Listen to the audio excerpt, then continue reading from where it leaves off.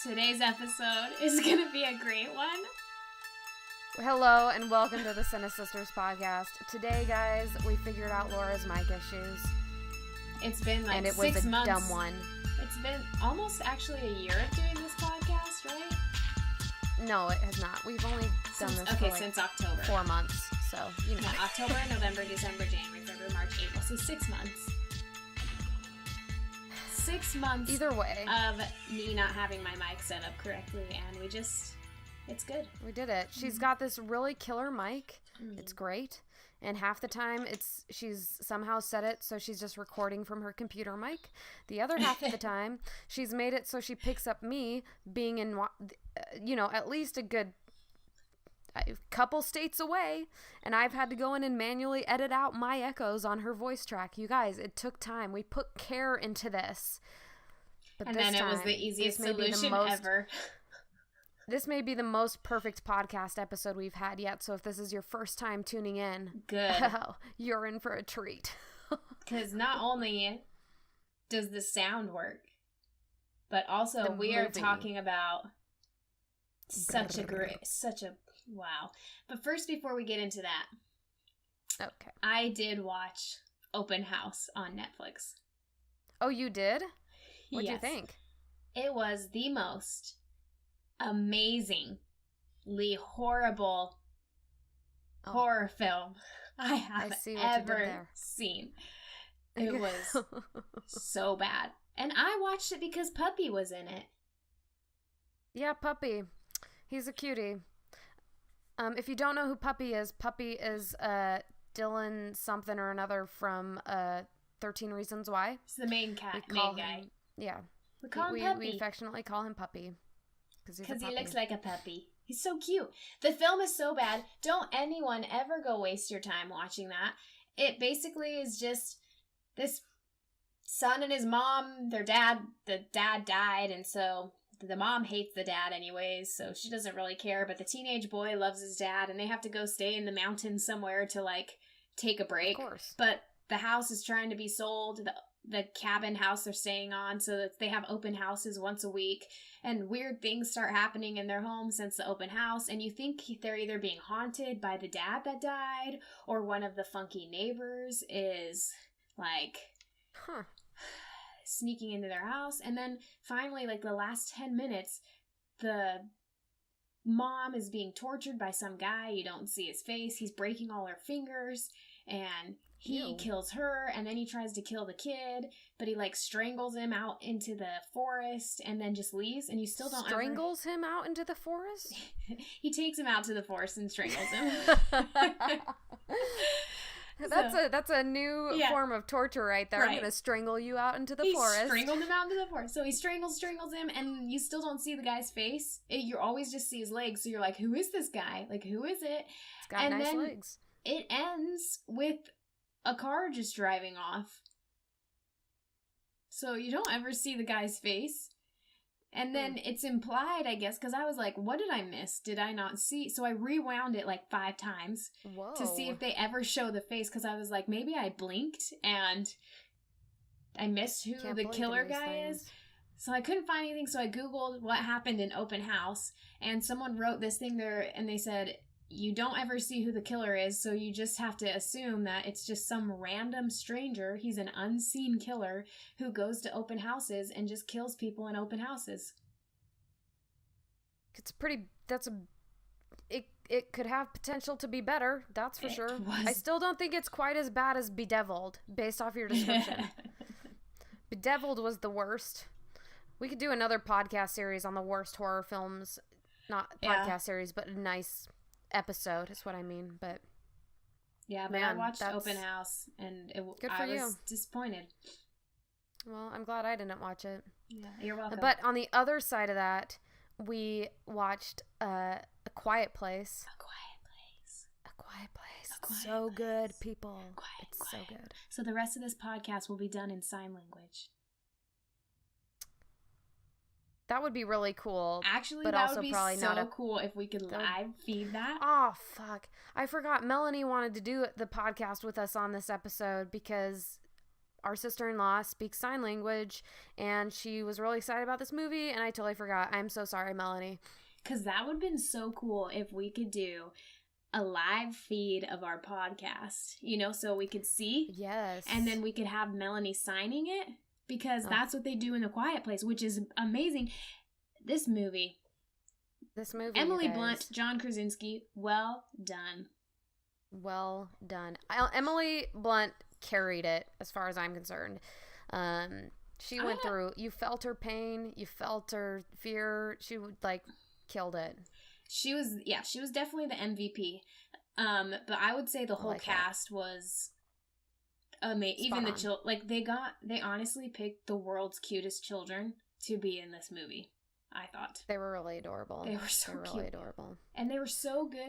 I just feel like it's so impressive to feel that much emotion from the actors when they're not saying anything. You know what I mean? Yeah, they really did. You felt every bit. I mean, Emily Blunt goes through a lot. She is pregnant. For some reason, birth control wasn't something. Why are they making babies when you can't make a noise?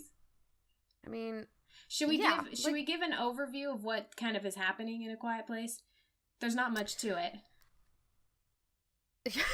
That sounds like the opposite of what we're talking about. No, there's not much to this movie, but it's amazing. Well, all you have to know is that there was an invasion, on Earth, and they have figured out that these creatures pretty much they can't see you, but they can hear you. So if you make any noise, significant noise, you're dead. Because they're freaking fast monsters. They look pretty similar to the monsters on Stranger Things. So they will eat you. Yeah, they're very Demogorgon. Also, just a reminder for new listeners, we spoil the hell out of everything. Oh, yeah. So if for whatever reason you don't want to hear this, and you want to see the movie first, put a pin in it right now. Yeah. A digital pin, and come back later. Also, can I just say, public service announcement for anyone who is going to go see this film, do not eat loud foods or bring crunchy wrappers to it. You're taking away from everyone's experience. Also, please remember that a movie theater is not your living room, so continue to wear shoes and socks. That's oddly specific, but the theater I was in, the woman next to me decided to kick off her shoes and socks, and I was thinking, you know what? That's too cozy right now. Ew, it's sticky. Keep your feet covered, people. We went and watched it in the Cinnabar, which is the movie theater where you order your meals. That's a mistake. It was a mistake. It's a big mistake. Because I got a burger, and I was like, I cannot eat this because it's so quiet in there, and everyone you could tell everyone else was just trying to eat their food, but you would see people and it was just slow motion, so at least everyone was trying. It wasn't distracting, but I think everyone just gave up. So we're gonna get this out to everyone before they see it. Just go the hour and 30 minutes without food. You can do it. Otherwise, or go to dinner beforehand. Or eat I don't even know, a piece of bread without the crust, because the crust is going to be too crunchy. That's the safest food you can bring. Don't bring it in a wrapper. Bring it in a cloth napkin or something, because it all just really carries in the theater. So, for the best optimal viewing experience, for the love of God, do not eat and keep your feet covered. Yeah. Also, just because a movie theater is disgusting, the ground, I mean, come on, why wouldn't you want your feet covered? It's crazy to me. Tara's very offended by the lady that decided to remove her shoes and socks at the movie theater, so I am extremely offended. The offense has been taken so far beyond right now with the feet. All right, well, we can get back to the plot of the movie. But I just feel like people should know it's a lot better if you don't have crumbly bags. Because it's not the kind of movie, there are times where there's music and noise when there's intense scenes, but for the majority, when they're quiet, the movie's quiet. They really bring you into the movie by doing it that way. So yes, so you just feel awkward anytime you even shuffle or move. So it really was. It really was. Anyway, so there are these monsters, aliens, whatever, that have invaded Earth. And there's a particular family that we're following, the Blunt Krasinskis, for all intents and purposes, because they don't have names. They don't tell each other names. You don't know anything about them. You don't, which I also appreciate. Yeah. I think a lot of films try to give too much backstory on characters when you actually don't need it. You can just look at like a finite period of time and be fine with it. Also, it lets us use our imaginations more. What were these people before? She seemed to know what she was doing with a stethoscope. Maybe she was a doctor. Were they actually farmers, or did they just happen to take on this farm? And he was very good with technology and putting together. So they have their oldest daughter, who's probably like 13 years old. And then they have a little so cute. And the little brother who's probably like 8 or 9. And then they had a third baby who was probably 3, would you say? Yeah, he's pretty young. Who was so freaking cute. And you only get to see him in the first scene. Because the cutest dumbass in the whole movie. Yeah. It's so sad. It's just so sad. So, yeah. So what happens is you open in this scene and this family is going through a convenience store. It looks like the 10-year-old brother is sick, so they're trying to find medication for him, and everyone's just tiptoeing around in their bare feet. They aren't saying anything, the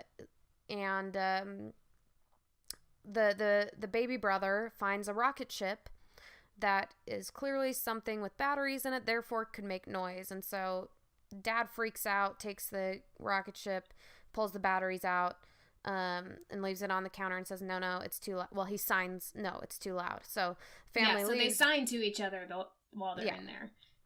The oldest sister, by the way, is deaf anyway, so they know sign language. Did we mention that? Maybe, I don't know. No, we didn't. We should mention which is a very important key. It's pretty key to the whole thing. This is key to the whole movie. So she does have a hearing aid, but clearly the hearing aid that doesn't work anymore. It's run out of battery or defective or something, and so she's in complete silence, wherein she probably before this time could hear some things with the hearing aid. Anyway, she feels bad for baby brother, gives him the rocket because it doesn't have the batteries in it. It's fine, but of course baby brother decides, I'm gonna keep the batteries with me and go on out. And he, for a 3-year-old, knows how to get those batteries in correctly. Put those batteries in. No failure. That was impressive. And so they're walking, and they've set it up so sand.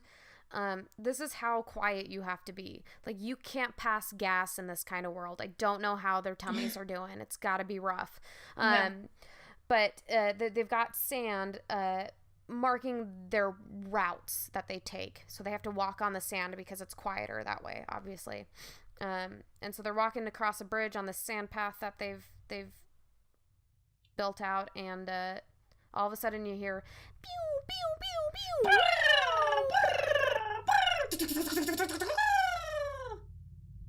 Yep, that's what you hear. And everybody turns around except for except for the sister, because she can't hear it.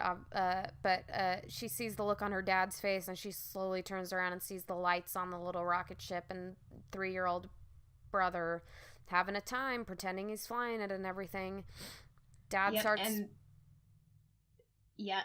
And then you hear something in the bushes in the forest, and Dad just starts sprinting towards that 3-year-old with all his heart, like as fast as he. I don't know why they're so far ahead of the 3-year-old, but they are. I know. Why were about the kids 100 yards in between the parents? Yeah. Like, I find it odd that the 3-year-old is the caboose on this. The 3-year-old, like, he's got it. There's alien monsters everywhere, but this 3-year-old knows how to be quiet, because every 3-year-old knows the importance of being quiet. Exactly. But he's sprinting his heart out to get there, and you can see the creature in the peripheral, so you get a little bit of a view, like, okay, that's not human. It's almost spider-like. Yeah, and that's your first hint to, okay, what are these things? Like, it's definitely not a human that they're being hunted by. Right. So, boom, that thing snatches that 3-year-old so fast, and then the scene, boom, ends. Then so it says day 475. So that was day 75. Yeah, that day was like day 82. This is then like roughly a year later. They're in this farm, and Dad's trying to work out the hearing aid for his daughter. She feels like it's her fault. That brother's dead. Mom's a million months pregnant at this point because we didn't make good choices. That's all. Yeah. Like, get a rubber. I don't know. Something. Yeah. If you got it at convenience stores, there's got to be plenty of them. Or if you're a nurse, like, find some books and teach yourself how to give a vasectomy.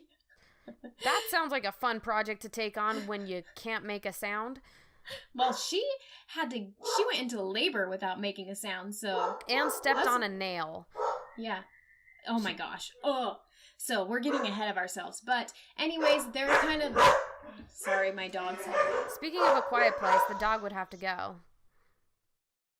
Oh, no. I would find a way. Muzzle. Shot collar. They could still make sounds, though. Well, they go, and then you're like, don't do that. Anyways, so, you just see this scene of how they're living their lives. Like, they don't have plates. They use big lettuce leaves to put their food on. They play games, but everything's on cloth. The first loud sound that you hear after the airplane sound that devoured the 3-year-old is the cute little 9-year-old boy knocks over a lamp and it just shatters, and then you're like, oh my gosh, what's coming? Raccoons are coming. That's what you see. So luckily, not the aliens. They're pretty lucky. It was pretty intense. Here's the thing about this movie. It's going to keep the tension real well. You're going to be stressed the whole time. You don't want to make a sound. They don't want to make a sound. You don't know what happens when a sound is made. Yeah. You know that someone got killed. So, and most of the world is being very quiet. Yeah, it's a big sound. The raccoons, it's them that are freaking the family out. But you can see the horror on all of their faces as soon as the sound is made. The poor boy just is looking at his dad like, I'm so sorry. I'm so sorry. He's so cute. I can't handle his face. He's just freaking so good at looking sad. And very scared. Yeah. Paralyzed by fear. Yeah. You realize their characters, the dad is very, he's very, the protector, I would say. Oh yeah, he's pretty militant. Yes, but very loving of his family. Like, he's a dad that loves his family and will do anything for them. But mom may not say it enough. That's all. Yeah, may not preoccupied with surviving. Yeah. But he takes the young boy to go learn tricks of the trade out by a waterfall. I don't know. At first I didn't understand why he didn't take the daughter, because the little boy was begging not to go because he was too afraid to leave. They kind of have their safety in their home. They have their system, but the dad was taking him to teach him to go get fish and everything for the family, but he was just begging not to go, and the daughter's saying, take me, I want to go. And the mom is clearly okay with the girl going. Yeah. And at first, I thought it was because he was being a little bit like, well, it's the boy who needs to... Yeah, a little sexist. Could look a little sexist. But I don't think that was actually the reason. No. I think it was partly because she can't hear. Right, and hearing is something you need when you're in unknown territory. Yeah, especially when sound makes trouble.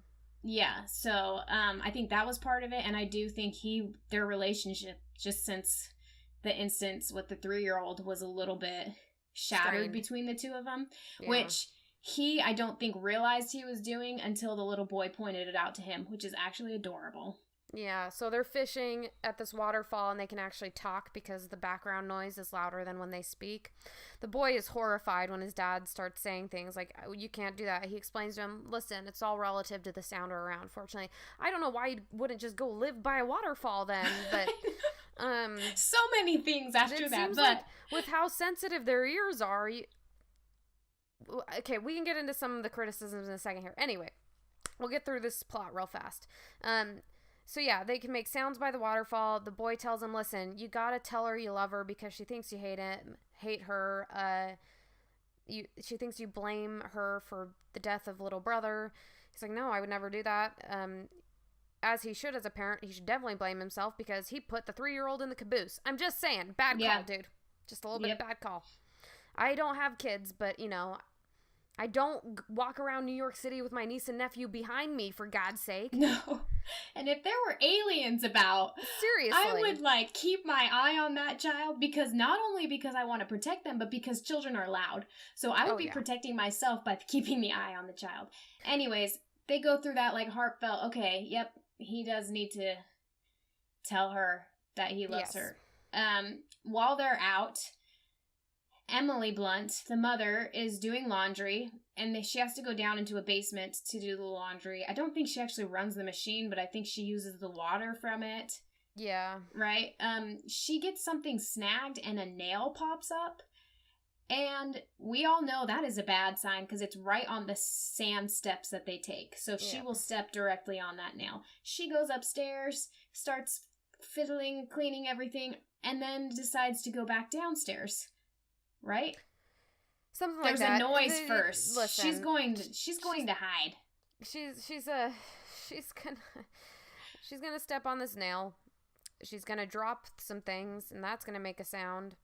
And the aliens be coming. And of course that sets her off to labor shortly thereafter. They have a nice system where they've got a lot of twinkle lights set up on the farm property, and if danger is occurring or a brewing, you get a lovely switch that turns them all red.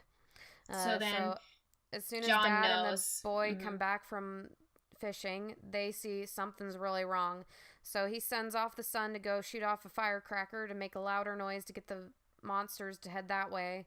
While he goes looking for his wife, she ends up going through the duration of labor silently with a hole in her foot, in a way that just, you feel it, man. Side note, so this is probably the most impressive scene of the whole movie. Emily Blunt is in a bathtub trying to be quiet. You can feel the pain with her. Oh my she God, has a moment as soon as the rockets go off, the fireworks, she screams bloody murder. Screams. She lets it loose. Fun fact about that, she did that all in one take. Did she really? Yep. That is a fun fact. One take. That's impressive. She got in that tub, she was, wah, and then went, all right, what are we eating for lunch? Like, they got it. I bet you she had some chocolate after that. That's what I'm going to go with. Okay, well, I was super impressed that she did that in one take. Like, that's impressive acting to me. Anyways, then at this point, the teenage girl has already kind of wandered off on her own because she's angry that she didn't get to go with the dad and son. Yeah, she went back to the bridge where her brother died to kind of pay tribute to him, I guess. Yep. And she knows there's craziness going on at this point because of the fireworks. So she goes to find her younger brother who's out in a cornfield being chased by one of the aliens. Yeah. Which is the scene that you kind of start to figure out how to find their weakness. Oh, you exactly figure it out. So just before they do. She's got her hearing aid in, and because they are very sensitive, like whenever they do like a close up of these creatures, their face kind of opens up to look like a massive auditory canal. Yep, so they're like one big ear. Yeah, very sensitive hearing. So when they get into range of this kind of broken hearing aid, the frequency kind of picks up. So she's getting a lot of pain. She's getting because she's just hearing static sound. Like, yeah. And very then you loud, see very obnoxious, and it just freaks the fuck out of these little bugs. Because the aliens, they're very sensitive. They're big ears, and so that's like the coolest scene because you see this alien creeping up on her because she can't hear, so she doesn't know there's an alien behind her, and the closer it gets to her, her frequency. So she's in pain, increasing. And then the alien just runs away. Yeah. So this happens multiple times throughout the movie, but they just don't figure it out in time. Yeah. Because she ends up turning it off. Yeah, she does. She turns it off at a certain point, which results in, because both the kids are off, and Dad is trying to protect Mom and make sure they get into the soundproof basement that they've made for the baby, because the baby is born, and, as we know, babies cry. I genuinely wonder how many times, like, as a parent in that situation, you look at this little baby and you're like, do I have to kill you? Because, like, what else? I don't think that's too far-fetched to go. Like, in order for the rest of your family to survive, you have a baby. You can't train to be quiet. All they can do is cry when they need to say something. And so, and they created an oxygen mask set up and a box that looks like something Moses floated down the Nile in, and shut the baby up in that with the oxygen so that it can work itself out and everything. But so John Krasinski goes out to find the kids. Meanwhile, the upstairs is a mess because these monsters had just been freaking out and destroying it all until they heard the rockets and went toward that sound. But they busted some of the pipe system. So mom's exhausted, rightfully so. Baby's in the cradle that's sealed up pretty good. Dad goes to find the two kids. And meanwhile, the pipes are busted, and so the basement is slowly filling up with water. It's all very tense. There's when the mom wakes up, there happens to be one of these monsters in the basement trying to find things. And they swim. They swim. The basement is very flooded, and it swims around. Yep. She goes to pick up baby. She somehow gets out of there. Yeah, I can't remember, but she somehow gets... Well, what happened is, luckily, the kids save her in a way, because right before the monster is going to attack her, a louder noise is made because one of the little boy falls into this... What is it? It's like a grain tower, where all the grains are held. Tower. Yeah. Corn. It's got a lot of corn. Yeah, so they were sitting at the top of it waiting for their dad, and they fell in. And so it goes to get them. And did you know, listeners, that if you fall in a big vat of corn, it is not unlike quicksand. You will die. You could drown in corn. So that was a very tense scene, seeing the two kids try and swim their way out of corn. So dad's coming to find him. Monster's coming to find him. Mom gets baby and goes down to the basement where they've got a surveillance system set up on the property to try and find everybody. She's watching. She found him. Closely. The kids get out of the grain tower. Once again, because of her hearing. Because of her hearing spike. So that's when she turns it off, because an alien jumps in the thing, and the noise is happening, the alien leaves, and she's like, just turning this thing off. This is so annoying. Well, they get out, they reunite with dad, but they're still being hunted, so they run and hide in an old truck. And dad is trying to figure out what to do. He ends up, at first, it looks like they might get away if she would have left the hearing aid on, but she turns it off because it gets so bad while they're in this truck. And because of that, dad decides, I'm going to make a louder noise. And he does this very sweet, tender moment with sign language, telling his daughter how much he loves her. Like, cue the waterworks, people. John Krasinski, he nailed if anything, is great at being earnest with his love. He says it twice. I love you so much. Love you always. And then he points at her again. I love you so much. And I was like, it was very tender. You're gonna die. And then he just screams his heart out and is attacked by the monster. So John dies. I didn't see that coming, quite frankly. I didn't either. I thought that she would have figured out the sound thing before he died. I was really hoping so. But they get back to mom.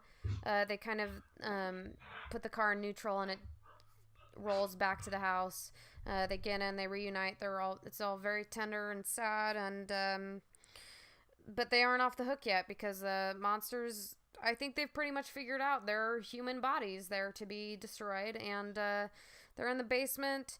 Mom's got a shotgun, and there's all this newspaper. So dad was really trying to figure out what the weakness was with these monsters. They've got to have one, right?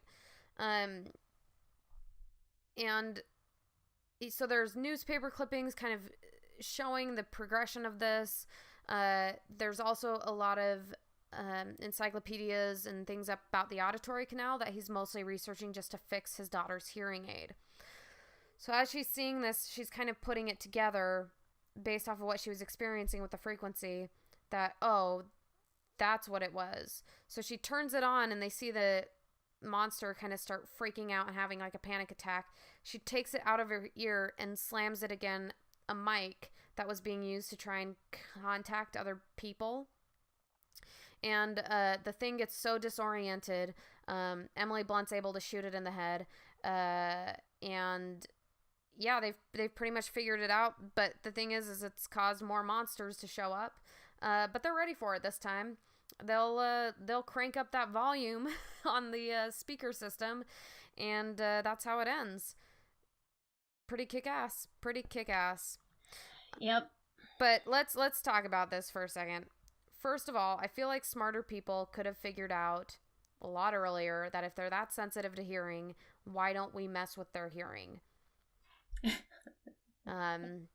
This is, on a whole, this film is great. I'm just, being an asshole right now. But would that have been your first thought in the movie, though? But I am not a smart person.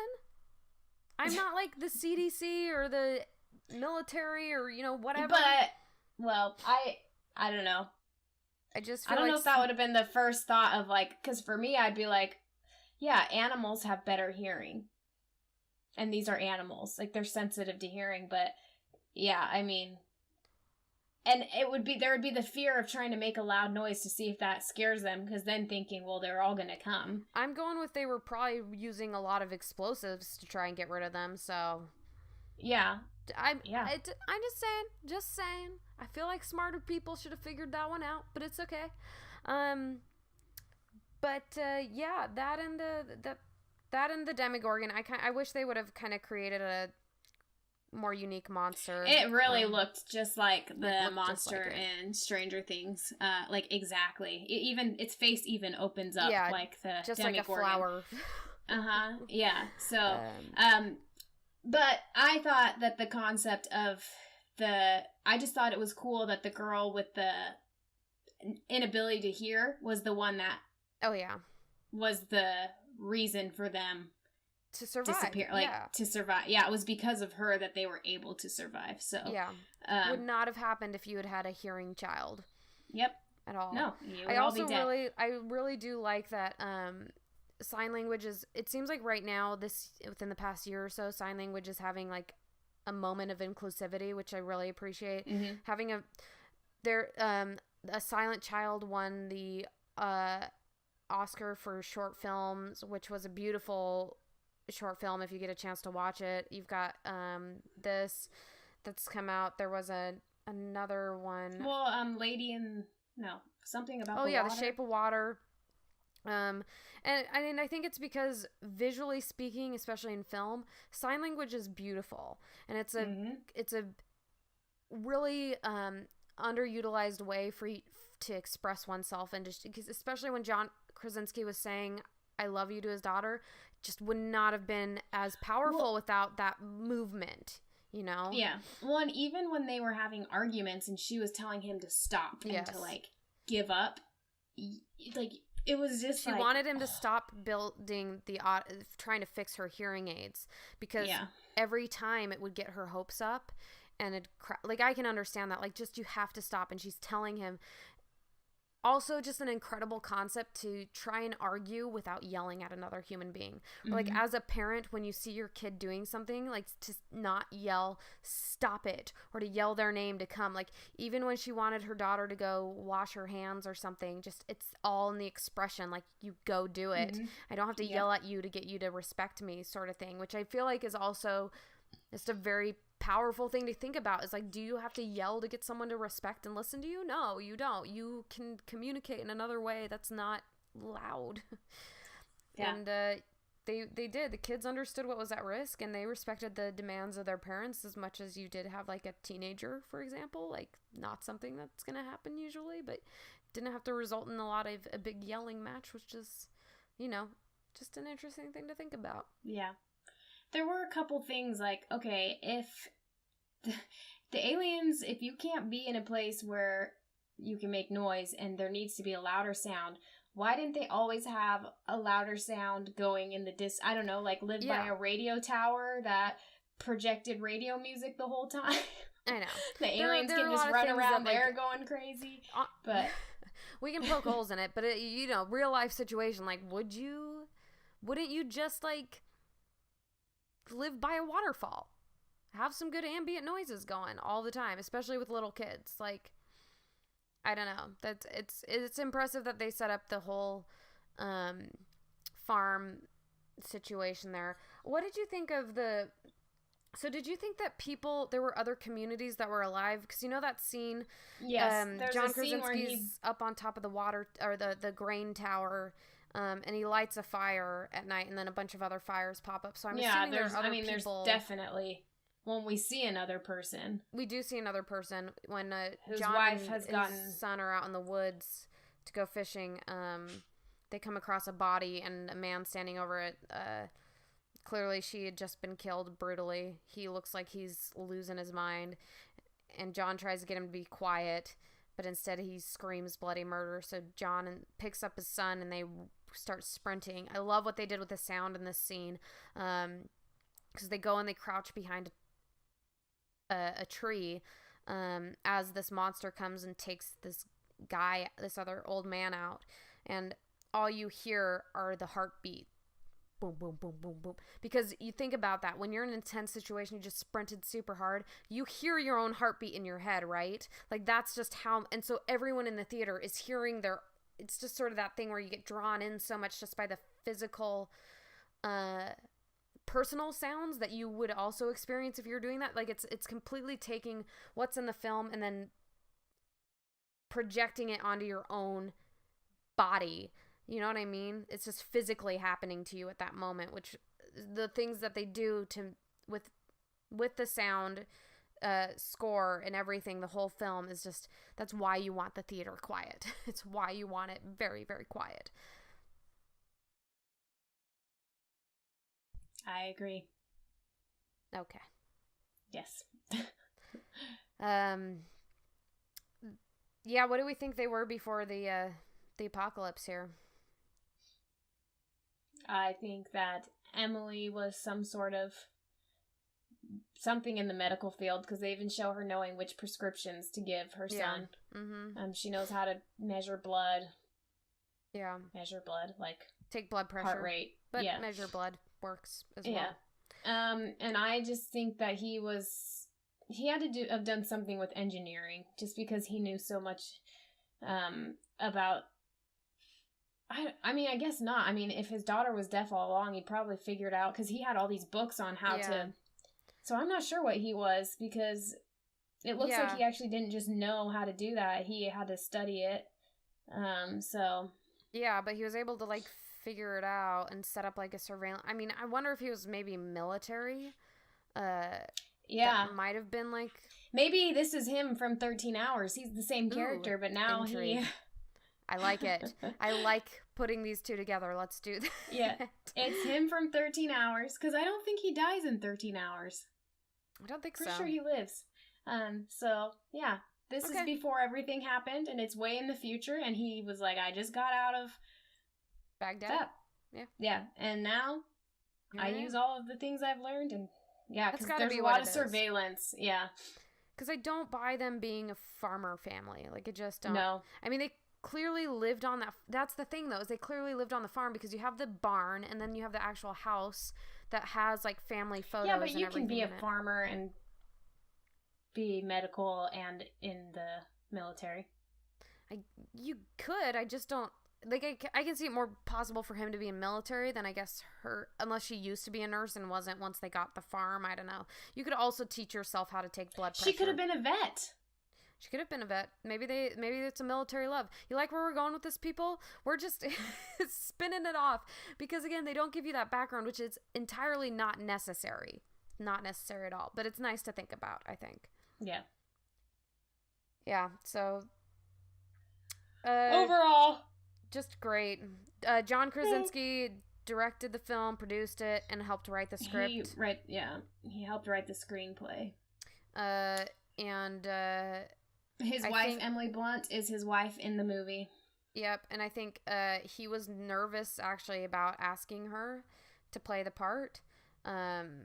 So he didn't. He just let her read the screenplay, from what I understand, and she was like, I really want to be in this. Yeah, because he was like, you should help me cast this, and she said, I'm going to do this. I'm going to do this role. And he just raves about acting with her. He just, like, she's just so amazing. I mean, I would too. So, I'm raving about her just from the film alone. My God, she was amazing. I just have to say, they better make it. None of this Channing Tatum and Jenna Bopper Boop. I don't know her last name. Tatum or something. Dewan Tatum, yeah. You've lost a lot of couples you admire. Didn't Chris Pratt and Anna Faris break it too? Yes, but I also have a theory that I already knew they wouldn't make it. And Channing Tatum and Jenna would have made it in my theory, but actually, no. I have a theory that when celebrity couples do things together, they will make it. Like, because they're not ashamed of their relationship. Like, it's not always a cover-up. I feel like celebrity couples are always like, oh, hide. So they just do everything separate. But then I was like, well, Jenna and Channing did step up together, but no, they were not a couple yet. So that doesn't count. It has to be post-couple work. Right, they need to be married when they do that. So you got John Krasinski and Emily Blunt, who have now officially done something together. So they work together. Okay. They love each other so much they want to work together. And then you got Tim and Faith Hill, who go on tour together. They write albums together. Okay. Yeah. So those are like the only ones. Support this theory. We need a third one to make it rule, though. Yeah. I guess then people would... Well, no, because they weren't married when they did that. I was going to say Angelina Jolie and Brad Pitt, they split, but they were not married when they did their movie together. He was married to Jennifer Aniston. Yeah. So I think they don't count. The Brangelina... My theory is still good. Huh? My theory is still good. Still good. They didn't ruin it. We just need to find a couple more to help it become fact and well, no. Have Will Smith and Jada Pinkett Smith done anything? Oh, I don't know. I'll have to look that up because I feel like they're a strong couple, but they need to do stuff together if they're gonna make it. I don't know. Their kids do a lot of stuff, so maybe that could work too. I don't know. I just try not to. I just don't invest very much in the celebrity couple relationship. I don't either, but now I am in John and Emily Krasinski because of this movie. Because there's that scene where they dance together, and it's so real. It was like, they do this all the time. I'm actually impressed how much real on-screen chemistry they had. I feel like... Yeah. And maybe it's because maybe it's easier when, like, there's not a lot of backstory, and you can kind of create that together, and, you know, it doesn't have to be... Well, for all they know, they could have just been like, there's no story of these characters. They're us. Yeah. Like, they could be us. Well, and they've got two kids together, right? She's given birth, I assume, in order to produce those children. Yeah. And, oh, man, that labor scene, you guys. I know they show it in some of the trailer. And I think even in the trailer, without all the buildup, you feel it. So watch the trailer if you don't want to watch the film, but also just watch the film. It is... Yeah, there should be no reason for not wanting to watch this film. If you're thinking it's too scary, it's not. It's not that kind of scary. It's tension. Jump and stressful. A lot of tension, and the tension is done in such a beautiful way. Is that like a right... I just feel like it was done so masterfully because the attention to the sound, the music score... the acting, the visual scenes of just where they live, the sign language, it's all just this sort of great build-up that helps you immerse yourself in the tension that's happening. I wouldn't be surprised if this movie gets some Academies or Oscars or... That would be cool. I think that Emily Blunt for sure deserves something. She has an incredible performance. Her scenes when she steps on the nail, you're just like... I was literally in pain watching her. I had to look away. Like, and she's silently in pain. She can't make and she has to rip her foot off of this, and it's just, and she's in labor when this happens. Yes. So she's just all together not feeling great. Most pain a human woman has felt. Yeah, ever. In a movie. She just went, yes. No, like, for me, I don't usually get so tense during films. Like, I actually had to grab my husband's arm as, like, certain part, because it was, like, this anticipation, you know it's coming, because it's not like everything's a shock what's gonna happen. There are definitely twists and turns, but how they show and reveal things that are about to happen, they, I guess, foreshadow, that helps with the tension, is because you're like, oh shoot, that nail, it's coming back, here it comes, oh man, it's gonna be, oh, boom, there it is. And we're all in misery with Emily Blunt. It's rough. It was amazing. Go and see it. A Quiet Place. It's worth it. Even if you don't like scary movies, you will like this movie. You will like this movie. It was great. I've also been too distracted by A Quiet Place and traveling and jet lag right now to have prepared a grim story for us today. That's okay, because I think we reached our limit. Anyway, we've talked a lot.